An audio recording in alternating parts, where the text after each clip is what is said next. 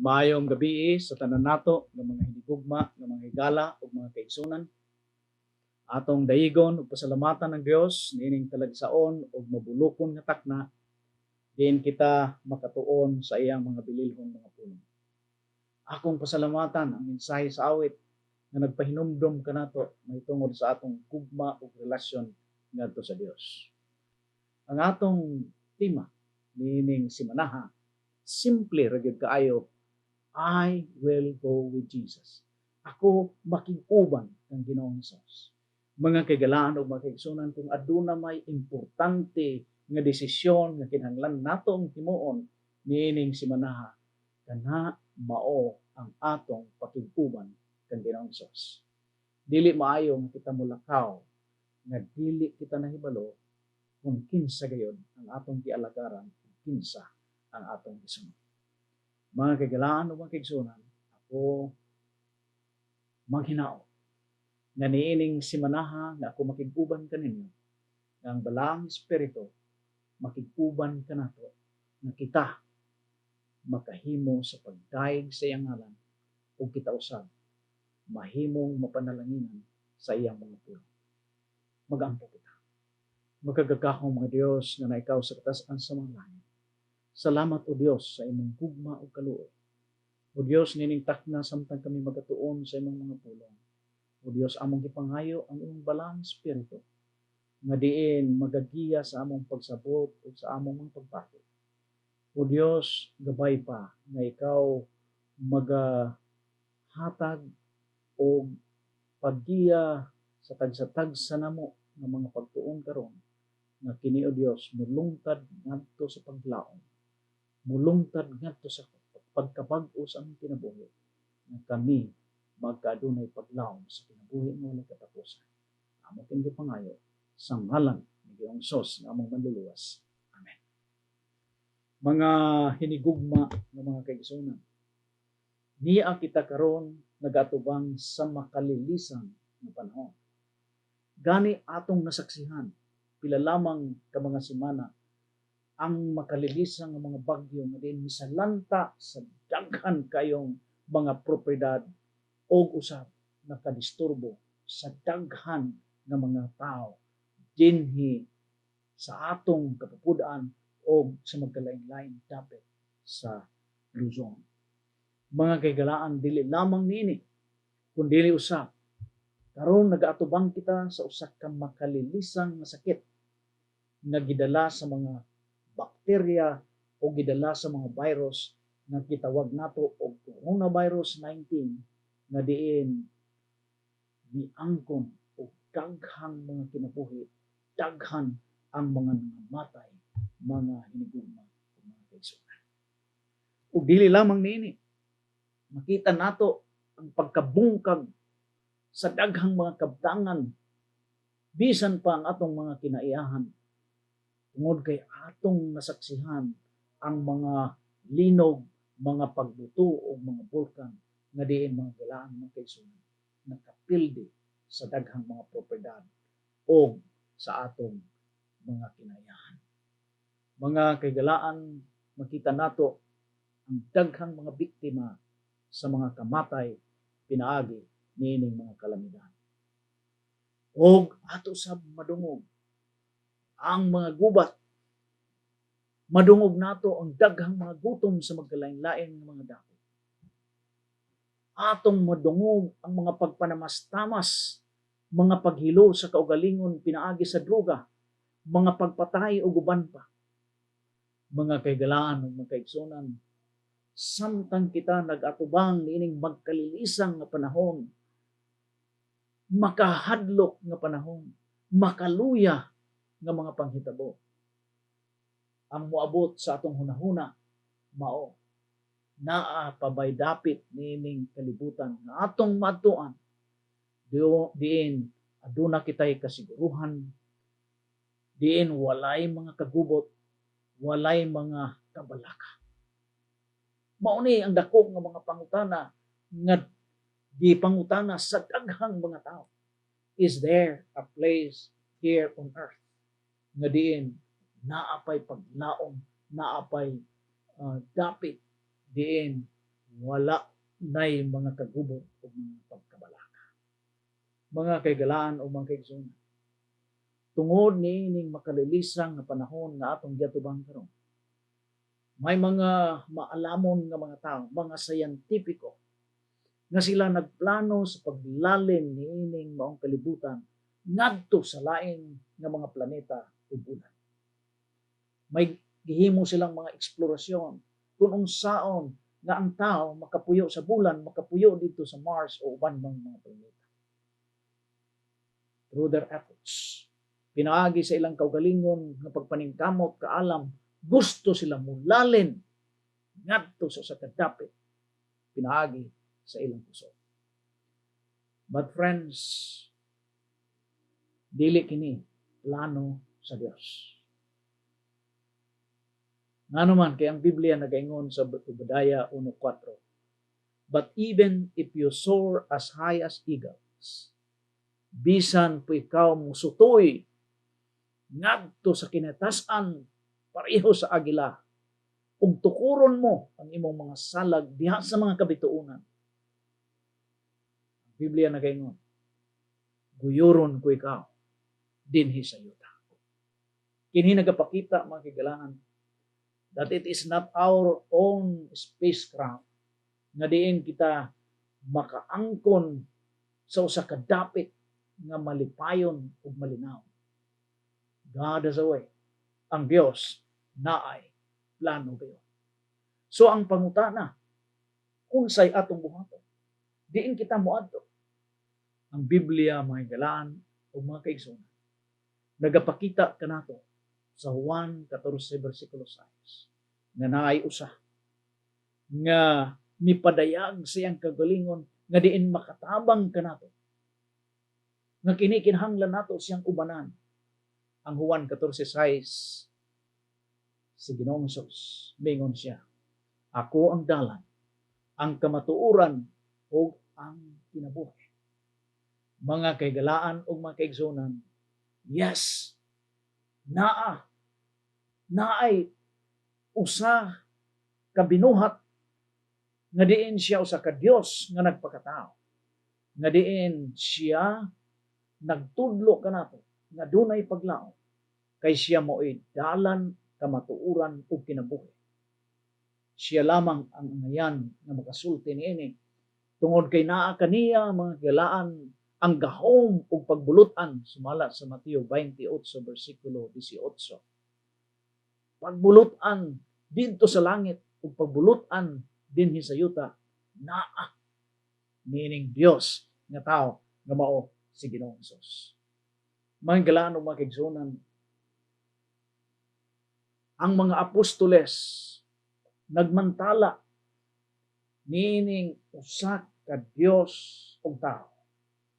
Mingon sila, then know this, hibaluin ninyo, kamong mga tao sa Israel nga pinaagi lamang sa ngalan ni Jesucristo sa Nazaret, kamo makakaplag sa kaluwasan tungod kay walay lain nga ngalan sa silong sa langit nga gihatag ngadto sa mga tao diin magkadunay kaluwasan diha lamang sa ngalan ni Ginoong Hesus. Mga kaigalaan o mga kaigsunan, ang atong pagkatun-an karong gabi is knowing Him. Gusto nato nga mahibaluan kinsa gyud kini si Hesus nga nagpakatao. Og niining atong pagtuon na ang pinakaimportante nga pangutana, who is Jesus? Mga kagalaan o mga kaigsunan, sa dili pa kita mokuyog kang Ginoong Hesus, kinahanglan nato nga hibaluon kung kinsa gayon, unsa iyang kinaiya, unsa siya alang kanato. Mahinungdanon kini diha sa atong pagpakig-uban kaniya. Mga galaan ug mga kaigsunan, ang Biblia nagpamatuod mahitungod kang Ginoong Hesus.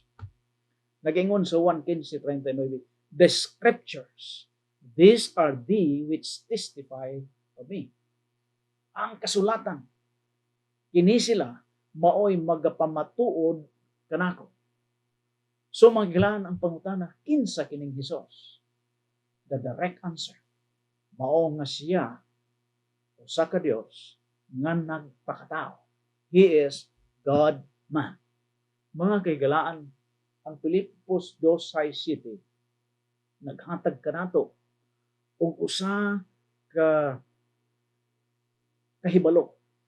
Nagaingon dinhi, who though he was in the form of God, nga siya dagway sa Dios, wala niya ikawili nga siya mo anhi dinhi sa yuta o iyang gikuha ang dagway sa tao o siya nagpakatao nga diin siya mga galaan o mga kaigsunan na pareho gayud kanato nga adunay dugo o aduna sa puno.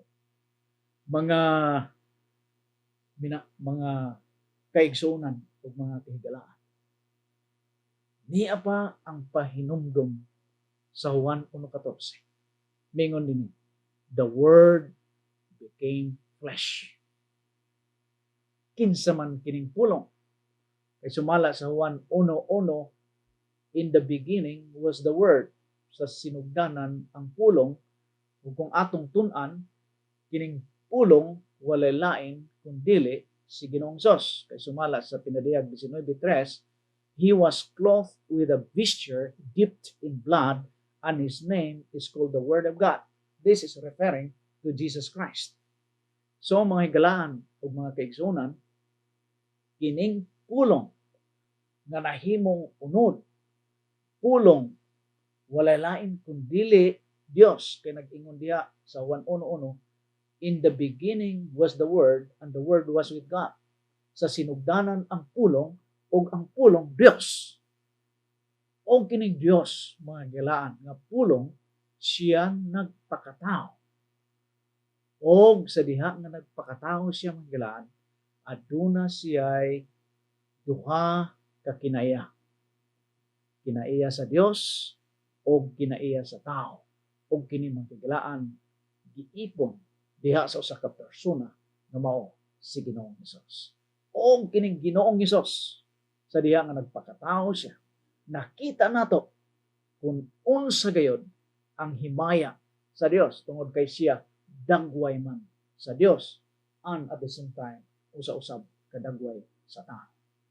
Mga kaigalaan o mga kaigsunan, 700 years before the birth of Jesus, may isa ka propeta nga among si Propeta Isaias nga siya naghimo og usa ka tagna nga ang iyang tagna nasulat sa Isaiah 7:14 nga nagaingon, tan-awa ang ulay nga babae, manamkon siya sa usa ka lalaki nga anak nga ang iyang ngalan pagtawgon Emmanuel, nga ang kahulugan niini God with us o ang Dios kauban nato.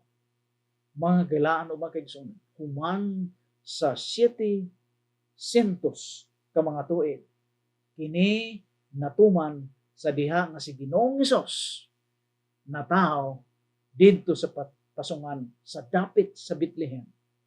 Mga kaigalaan o mga kaigsunan, kini walay kundili si Ginoong Hesus.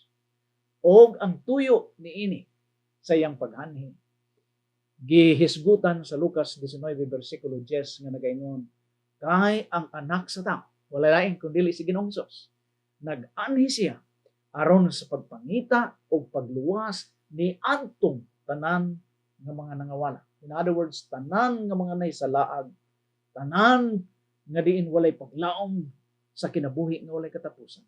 Ang katuyuan ni Ginoong Hesus mao ang pag-anhi dinhi aron kita pangitaon, aron kita luwason, aron kita mahibali ngadto sa sabakan sa Dios. Mga kaigalaan o mga kaigsunan, si Isaias naghatag kung unsay pagahimuon nining Mesiyas o gitawag natong Dios nga tao. Isaiah 61:1-2 nagaingon dinhi, the Spirit of the Lord of God is upon me. Ako gidihugan sa balaan nga Espiritu Santo. O ang akong katuyuan mao ang pagmantala sa maayong balita ngadto sa mga kabos.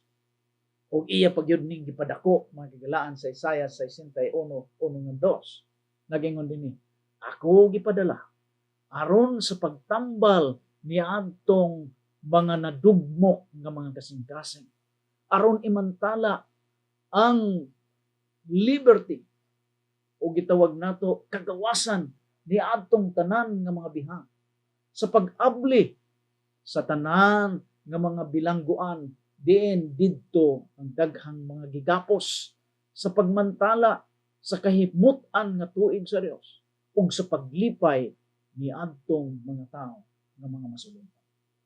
Mga kaigalaan ug mga kaigsunan, sa diha nga mosulod na si Ginoong Hesus sa iyang buluhaton ingon nga Mesiyas, ingon nga Dios nga tao.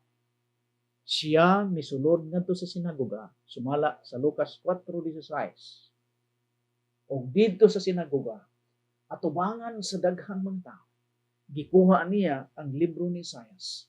Og didto iyang gibasa kini atubangan sa daghang mga tao. Og niini mga higalaan ug magkaigsunan, human niya pagbasa, niingon siya, today, niining adlaw, kining gisulti ni Isaias, matuman gayod sa inyong kapanahunan, matuman gayod sumala sa inyong nadunggan. Mga kaigalaan o mga kaigsunan, ang pangutana niining gabhiuna mao ang usa ka dako nga pangutana nga nagaingon, gituman bagayod kini ni Ginoong Hesus sa iyang yutan-on nga ministeryo.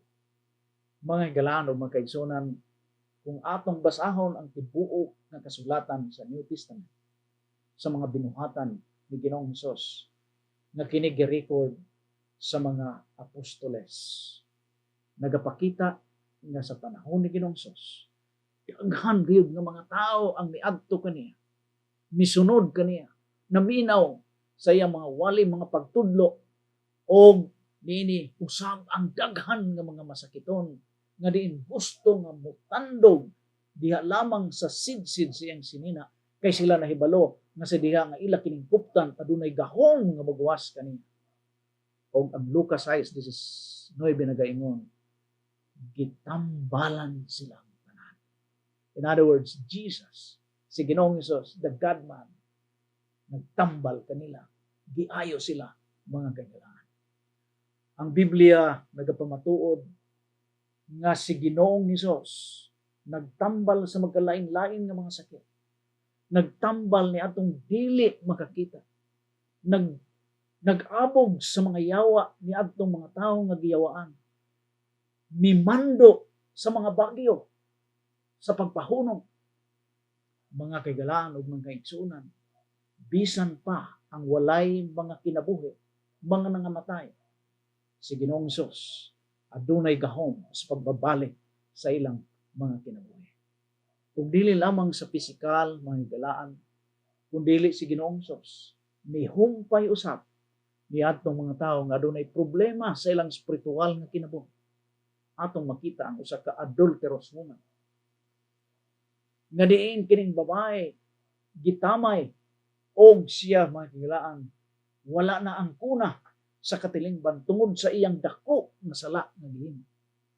Apan mga kaigalaan o mga kaigsunan, si Ginoong Hesus miadto kaniya og gisaaran siya sa usa ka kapasayloan.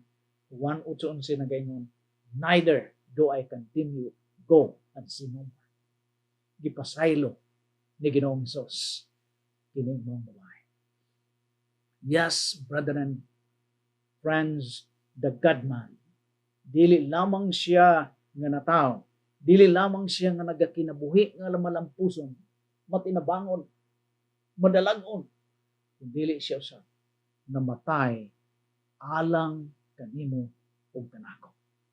Mga kaigalaan, si Juan Bautista, samtang nakita si Ginoong Hesus usa ka adlaw nga nagalakaw, misinggit siya, mingon siya, behold, tanawa, niya ang kordero sa Dios nga diin magakuha sa tanan nga sala sa kalibutan. Mga kaigalaan, ang pag-anhi ni Ginoong Hesus, ilabi na ang iyang sakripisyo dito sa Kalbaryo sa cross, kini nagapakita nga karon sa iyang kamatayon si Ginoong Hesus mahimong usa ka halad nga walay buling. Mahimo siyang halad nga walay buling. And at the same time, siya mahimong saserdote nga siya mao'y mutindog nga manglalaban ug siya motabang kanato mga kahigalaan. Ang Biblia nagaingon nga didto sa Kalbaryo sa cross, gihalad niya ang iyang lawas, ingon na halad. Mga hinigugma dito sa cross, inay nga ang imong mga kamot ug tiil mo'y ilansang sa cross. Kining usa ka Dios nga nagpakatao, iya kining gikuha diha siyang kagalingon, ug ang iyang kamot ug ang iyang mga tiil iyang gipalansang tungod ug alang kanimo. Siya ang naging puli kadimo ug kanako. Mga kaigalaan, ang kamatayon ni Ginoong Hesus sa Kalbaryo sa cross mao'y usa pagpakita sa tibuok nga kalibutan bisan pa sa tibuok nga universo nga nahigugma gayud ang Dios kanato bisan tuod og nahilayo kita, bisan tuod og wala kita mahigugma, apan ang iyang kamatayon sa cross mao'y usa ka ebidensya sa tibuok nga kalibutan nga ang Dios nahigugma kanato. Mga kaigalaan, dili lamang kini pagpakita sa gugma niya, kundili ang iyang kamatayon sa cross mao'y pagluwas kanato sa atong pagkaulipon sa sala. Ug ang Biblia usab nagaingon nga ang iyang kamatayon sa cross mao'y usa ka pagbayad sa tanan natong mga utang, kay kita nahimong malapas nun diha sa iyang kasuguan nga we deserve to die, nga kinahanglan kita mamatay. Apan mga galaan, ang Biblia nagaingon nga kining tanan iyang gipala pinaagi sa gahom o sa iyang pagbulutan. Mga galaan, what a good news to labas. Unsa pa? Ang kamatayon ni Ginoong Hesus mao'y paghatag kanato sa usa ka pagkamatarong. Kay ingon mga kaigalaan ang Biblia ngang atong pagkamatarong daw usa ka hugaw nga panapton. You are like a filthy rock. Pero mga kaigalaan niya si Ginoong Hesus, usa ka Dios nga nagpakatao, nga diin wala gayud magpakasala. He is righteous. O kanang iyang pagkamatarong mga kaigalaan, iyang isuklob sa matag usa kanato aron kita sa atubangan samahan ang makita dili ang atong pagkamakauulaw, kundi ang makita mao ang pagkamatarong ni Ginoong Hesus nga kita mahimong angayan diha sa iyang atubangan. Mga kaigalaan o mga kaigsunan, ang kamatayon ni Ginoong Hesus mao'y pagpabalik kanato diha sa Ginoo. It is for our restoration to the very hands of God. Mga kaigalaan o mga kaigsunan, human sa iyang kamatayon, siya idala sa lubnganan. Apan mga kaigalaan, human sa tulo ka mga adlaw, ang Dios tao nga diin namatay, siya nabanaw. Mga kaigalaan o mga kaigsunan, mahinungdanon na mabanhaw si Ginoong Hesus. Kaya si Pablo nagaingon, kay kung si Kristo wala pagyud mabanhaw, ang atong pagtuo wala gayud kahimuan ug naapaunta kita sa mga kasalanan. Nga naman mga kaigalaan, tungod kay ang iyang pagkabanhaw mao'y garantiya sa tanang mga tao na karon ang sakripisyo ni Ginoong Hesus, ang iyang ministeryo madaugon niyang kinabuhi, gidawat ni Ginoong gidawat sa amahan. So mga galaan o mga kaigsunan, kung wala pa siya mabanaw, kita unta walay paglaw. Apan tungod kay gibanhaw siya, sumala sa Ibuhanon 5:7, kini nagapakita nga ang iyang sakripisyo, ang iyang halad didto sa Kalbaryo sa cross kini gidawat mga kagalaan alang kanato. Ang iya usab nga pagkabanhaw maoy usa ka pagtuman siyang gisulti nga kinahanglan muadto siya sa langit aron ang balaan nga espiritu ipadala dinhi sa yuta. Kung wala pa siya mabanhaw mangilaan, dili unta mapadala ang balaan nga espiritu. Kung wala pa unta siya mabanhaw mangigalaan, wala unta mo tuman ang mga propesya. So, resurrection is very, very important. Mauna magigalaan o makigsunan. Nga sa diha nga nabanhaw siya nagsulti sa Juan 11:25, mingon siya, ako ang pagkabanhaw ug ang kinabuhi nga bisan kinsa motuo kanako dili gayud siya mamatay. Kini naghatag kanato kasiguruhan mga gilaan sa kadaugan, kasiguruhan sa kinabuhi nga walay katapusan.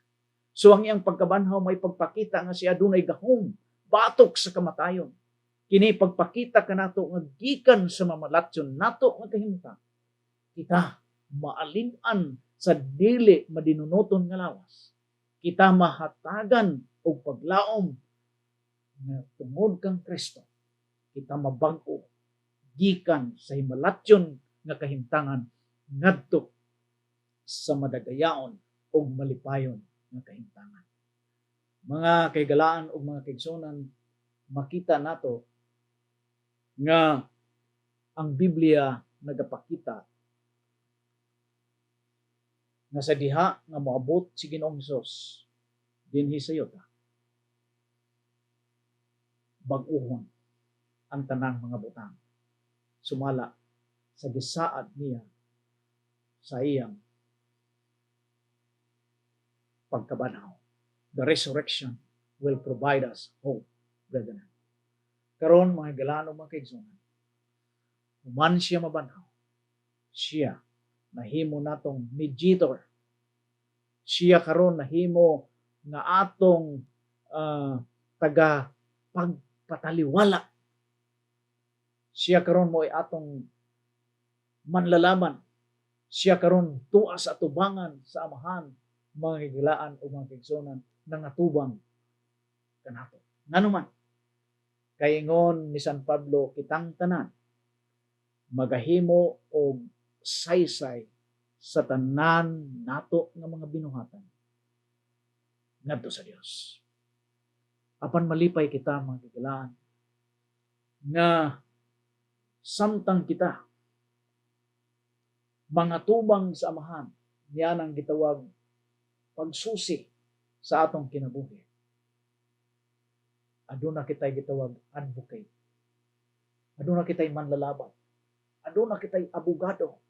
Aduna kanato mutabang mga kaigalaan o mga kaigsunan mo na ang Juan 2:1 nagingon, we have an advocate with the Father, Jesus Christ the righteous. Mga kaigalaan o mga kaigsunan, ang Biblia nagingon, he is evil. Tako siya. Nga naman nga tako siya tungod kay siya mao ang atong halad. Siya pud ang atong saserdote. So mga higalaan mga kaigsunan, wala kitay angay kabalakan. Apan niyanang dako nga paghukom nga gihimo sa langit, atong hinumduman nga nausab ang atong kaaway nga mao si Satanas, nga ingon pa sa pinadayag, he is the accuser of the brethren. Kanunay siya nag-akusar kanato nga dili kita angay pasayloon, nga dili kita angay maluwas tungod kay kita makasasala. Pero mga kaigsunan, you are not alone. Yes, the accuser is there. Pero dili ikaw nag-inusara tungod kay duna kay manlalaban, na kay mutabang, na kay abogado. Mga galaan o mga kaigsunan, ngining gabi una makaingon ta, who can be against us? Munang ingon ni Apostol Pablo, kinsa ang makapamulag kanato gikan sa gugma ni Ginoong Hesus? Who can be against us? Jesus' intercession in heaven is stronger and powerful than the accusation of Satan against us. Why?